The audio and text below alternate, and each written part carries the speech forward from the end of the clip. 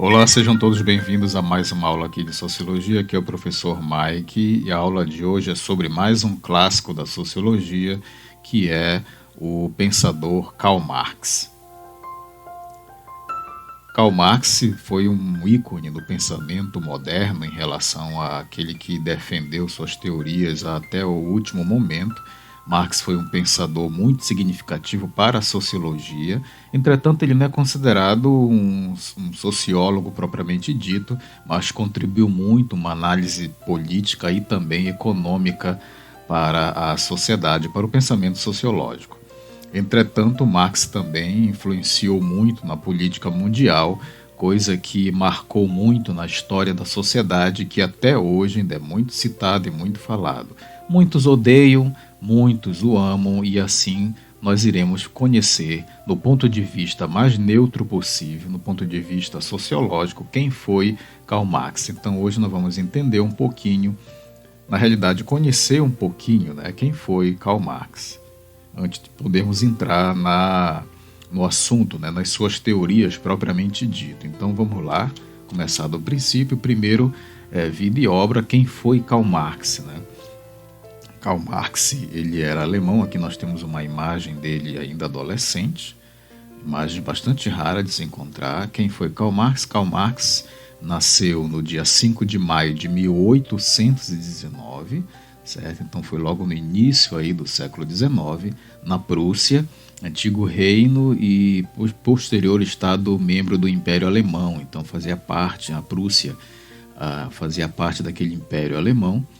Mais tarde ele viria a se tornar apátrida, veio se tornar aí um estado único, mais tarde. Então, filho de Henriette Pregberg, Rachel Marx foi o terceiro dos 9 irmãos e pertencia a uma família judaica de classe média. O seu pai era advogado e conselheiro da justiça. Karl seguiu aos seus passos e começou a estudar direito na Universidade de Bonn. Então repare aí que Karl Marx fazia parte de uma família, não uma família pobre, também não extremamente rica, mas de boas condições, embora com 9 filhos. Aqui nós temos uma foto dele já aqui adulto, uma foto original, assinado por ele mesmo. Então foi uma figura polarizante, bastante polêmico, amada por uns e odiada por outros, como eu falei logo no início. Na nossa introdução, Marx em 1818 morreu a 1883, é sem dúvida uma das personalidades que mais marcaram nossa sociedade, certo? Além de ser um dos teóricos fundadores do socialismo científico, também foi filósofo, historiador, sociólogo. É considerado sociólogo, mas ele não foi um sociólogo propriamente dito, como eu falei, economista e jornalista. Então, seus pensamentos sobre a organização social, econômica e política, entre outras matérias, influenciaram amplamente o mundo em que vivemos, se tornando uma referência incontornável. Incontornável em que sentido, por mais que aqui no Brasil exista vamos dizer assim, uma dualidade política, corrente de pensamentos políticos convergentes, mas é impossível nós passarmos pela história da sociedade, história da humanidade ou mesmo do conhecimento sociológico e não passar pelo conhecimento de Marx, assim também como Weber e Max Weber e Emile Durkheim, no caso. Então, Karl Marx ele foi extremamente importante. O seu pensamento político, suas ideologias, elas acabaram levando mais tarde a uma divisão do mundo em dois, no período da Guerra Fria, por exemplo. Muitos países adotaram seu pensamento, como a própria Rússia, China, por exemplo, mas é necessário nós entendermos que existem 2 tipos de pensamento, e a que mais nos preocupa nesse momento é a sua corrente do quê? Pensamento científico. Qual foi a sua análise científico-social que nós teremos que nos debruçar para entender mais esse pensador? Então vamos lá.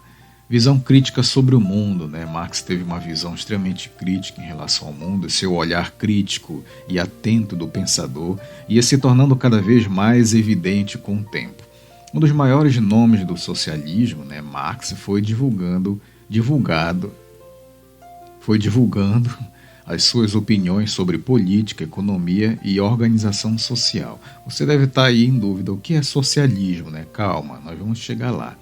Então, defensor da classe trabalhadora, essa aqui é uma das características do pensamento socialista de sua época.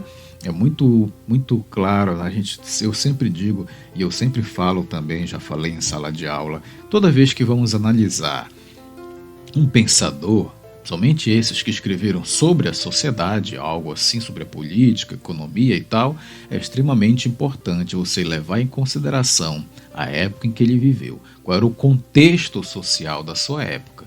Então Marx viveu ali no início do século XIX. Tá? Então Marx veio chamar a atenção para uma luta de classe. Existia nesse período, houve na realidade uma revolução na sua época, que ele viveu esse período da revolução industrial, né? Essa revolução industrial, a revolução do pensamento científico estava também ganhando força.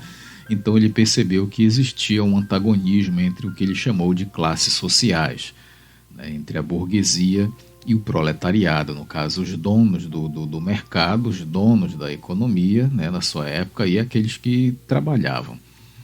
Que tem então essa luta de classe que tem determinado o percurso da humanidade. Só que para ele essa luta de classe ela sempre existiu e se evidenciou, né, no período da sua época. Então, na sua perspectiva, o Estado servia os interesses da classe dominante. A classe dominante é aquela que detém o poder, detém o controle, também detém a riqueza.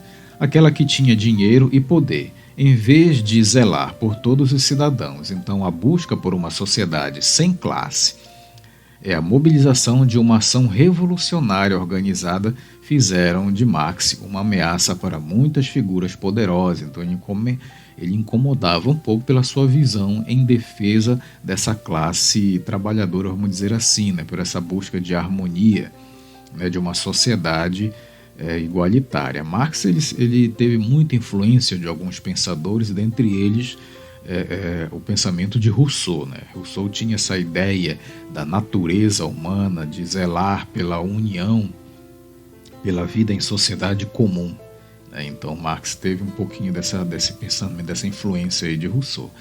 Então, assim, depois de tecer duas críticas ao governo da Prússia pela Gazeta Renana, foi descontinuada.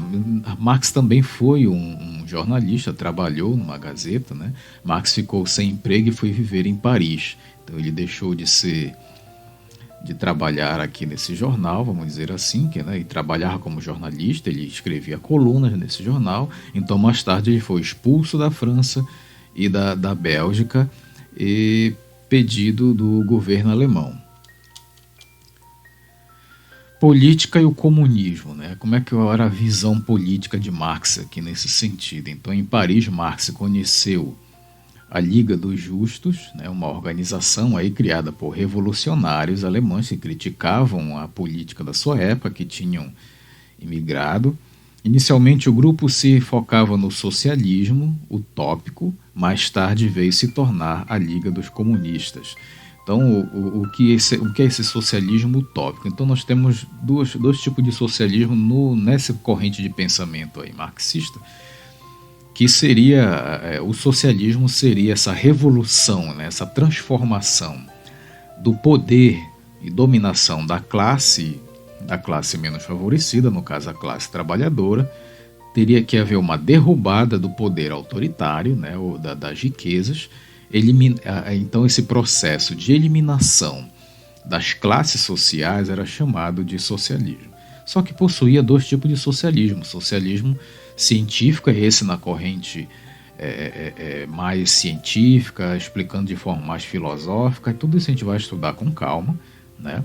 E tinha também o utópico, que era baseado em... Utópico significa aquilo que possivelmente nunca será alcançado, mas era uma corrente que defendia, vamos dizer assim, uma espécie de legalização do trabalho, né? Do trabalho em que existia um acordo entre o patrão e o trabalhador, em que o patrão pudesse dar melhores condições de trabalho. Isso é um dos pensamentos dessa corrente.